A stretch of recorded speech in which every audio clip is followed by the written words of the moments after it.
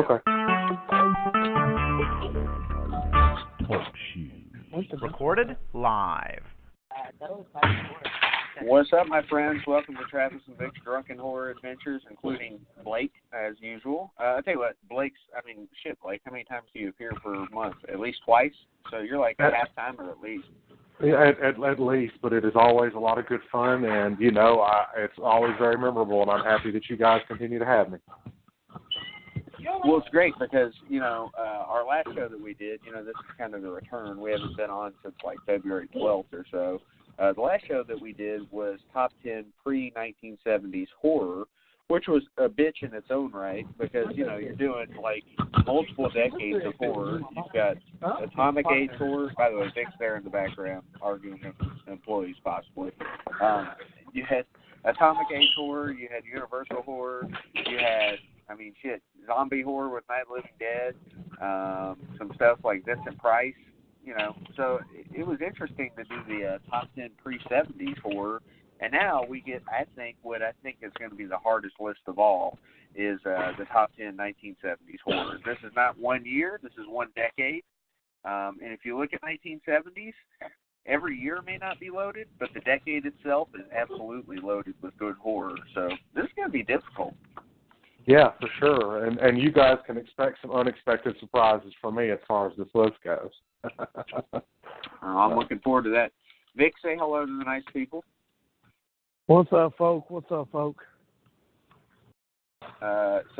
Vic is joining us from work once again. That's what he was doing last show. But, you got to give the man credit for dedication because at least he shows up while at work. Absolutely. He is a credit to his company. I don't know many people that would deal with customers and deal with the things that go on in the daily machinations of a job like that and still make time to get on here and hang out with fellow horror lovers, and do this. So, good stuff. I meant to tell you, Blake, I finished the Within, which I told you earlier today. I actually finished it this morning, is the funny thing.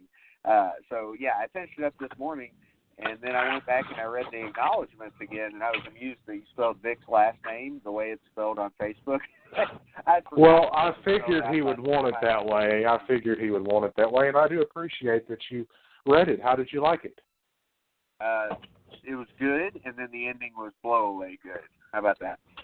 I appreciate that. I really appreciate that. And I think that other book will be calling your name shortly. That's the one you read the first one for. Yeah, the Within was a quick, easy read.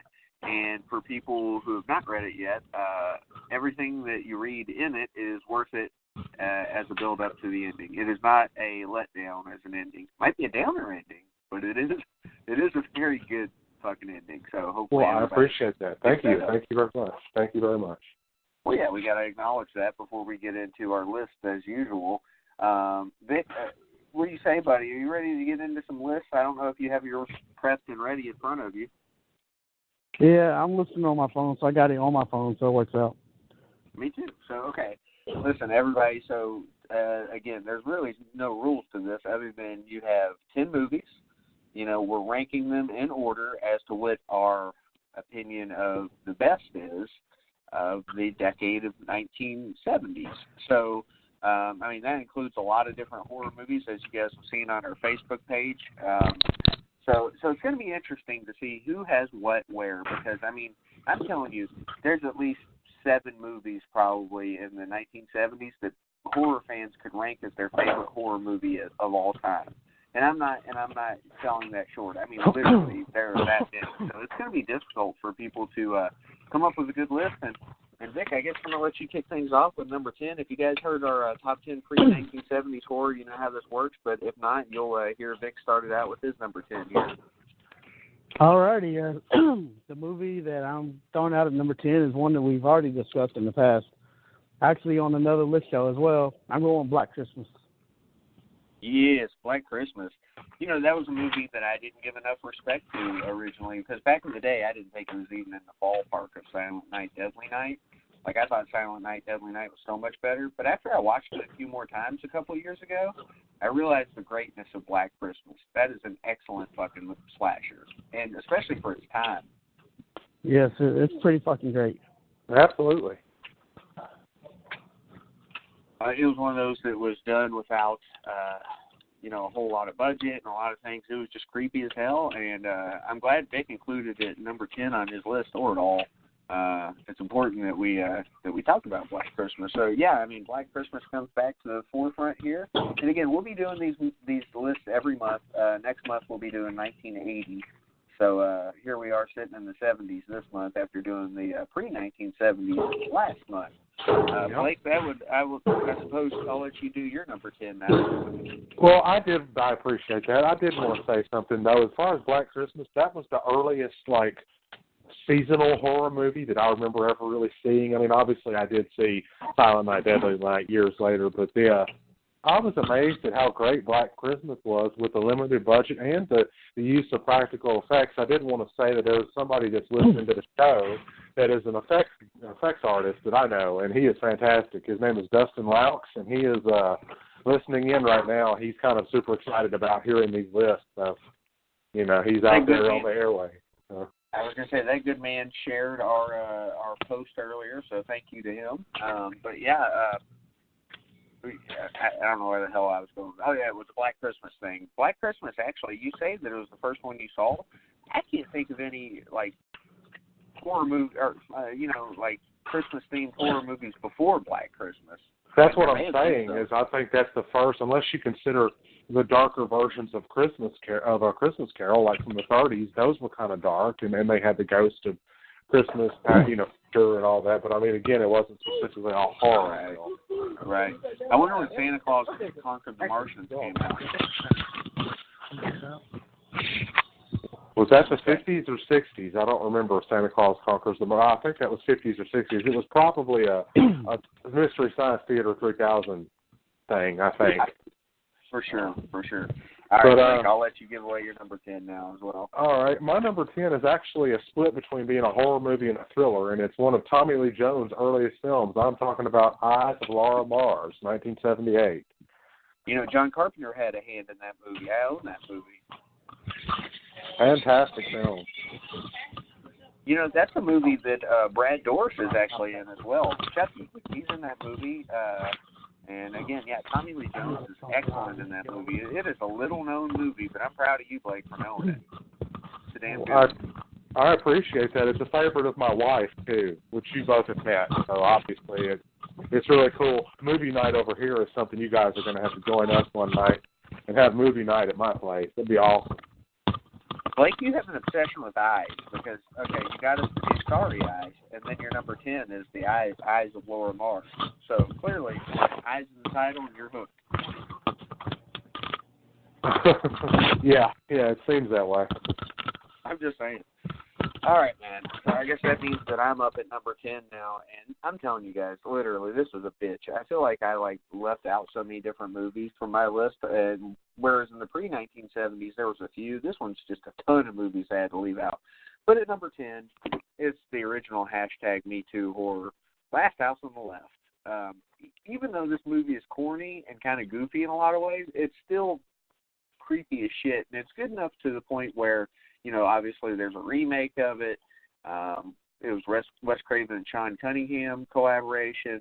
You can't do a list like this without at least acknowledging Last House on the Left. I'm sure Vic might have it on his list somewhere. Vic, I know, loves the movie, but it's one of those that every horror fan has to have seen at least once. The Last House on the Left is my number 10, and it definitely deserves to be in the top 10 for sure. All right, Vicky, you're up again, sir. Hey, give me just a minute. All right. So, Blake, let's go to while Vic's getting his shit together for a minute. You want to go with your number 9, buddy? Sure. My number 9 is actually another one that is kind of a cult classic, but it's Willard from 1971. Willard. Okay, I've heard of that. I've never seen it. I know the one from later on. Yeah. Kristen Glover, the remake. Yeah. All right, so number 9, Willard for Blake. Vic, let me know when you're able to chime back in. I'll go. I'm good. Okay, you're number 9 then, sir. My number 9 is The Omen. The Omen, nice. That's another one of those that you cannot have a list without at least referencing The Omen, even if it's a honorable mention. So The Omen makes it at number 9. I tell you what, man, that's one of those movies that it's a slow burn, and it's one of the original satanic type movies, and I enjoy it. I think for what it's worth, it's a really good movie. Yeah, I know it sounds horrible, but it was one of my favorite movies as a kid. Why is that horrible? That's great. It's all for you, Damien. I mean, I tried to get that girl on the show once. It's great to me, but it might be horrible to some people. Like the nanny or whatever that hung herself. I tried to get her on a show once upon a time, and she no-sold me. Damn, that would have been awesome. I just wanted her to talk about being, the chick from It's All For You, Damien. That's pretty much her role in life. So look here. We definitely have some parity so far, because you've got me with Last House on the Left at number 10, you with Black Christmas, Blake with Eyes of Laura Mars, you with The Omen, Blake with Willard, and my number 9, I said hashtag me too with Last House on the Left. Can't do a 1970s horror list without mentioning I Spit on Your Grave. That is like a women's lib movie. If you want to talk about the feminist movement, I mean, what's more feminist than biting some dude's dick off? That movie's fucked up. And so, yeah, it absolutely. It is a good one. And we tried to meet the chick who was in that movie, and she scared us, and so we decided not to meet her. Isn't that right, Vic? Yeah, she's a little ugly now, and I don't do ugly. Well, unless they're like Friday the 13th, and you have to get them on a poster, right? Yeah, well, yeah. Well, I wouldn't go meet anybody else from the movie side, you know what I'm saying? Yeah, that's very true. You're never going to be able to put together much of a poster for her. I'd probably get past it if she came back again, That's why I didn't meet Scout Taylor Compton. I don't do it. Should have met her the time I did. She looked good as hell. I should have, yeah. She looked like a human again. Because she had a disability the first time. She cut her hair all short, Blake. It was bad looking. It was horrible. She looked like a dude. Shunda. That's just unacceptable. All right, here we go. So, we're at number 8 now, and I guess, Vic, are you ready for number 8? Yeah, let me grab my phone real quick. Hold on. Yeah, I knew what it was anyway. My number 8 is Carrie. Sweet. Okay, so, fellas, I got to tell you, Carrie's a snub on my list. It's one of the ones, I've always said that I think Carrie's a little bit overrated. Like, I think Carrie is a good story, but it has never been like, I don't know how to put this. I've never felt like either of the any of the adaptations of Carrie are fantastic. I think it's okay. I don't love it. There are parts of it that are really good, though, and her mom is a fucking bitch, and I want to throw her off a roof. But I understand the significance of Carrie. It's kind of like Prom Night, though. I think Prom Night's overrated as hell, but I understand why somebody would list it, It's just one of those things. I feel it, bro. And it probably influenced a lot of other things later on. I mean, think about it. Friday the 13th Part 7 was basically Jason versus Carrie. Basically. Yeah. I mean, that was the idea pitch, because they couldn't do Freddy versus Jason at the time, which is what we all wanted in elementary school probably back then, or even younger, for you, Blake.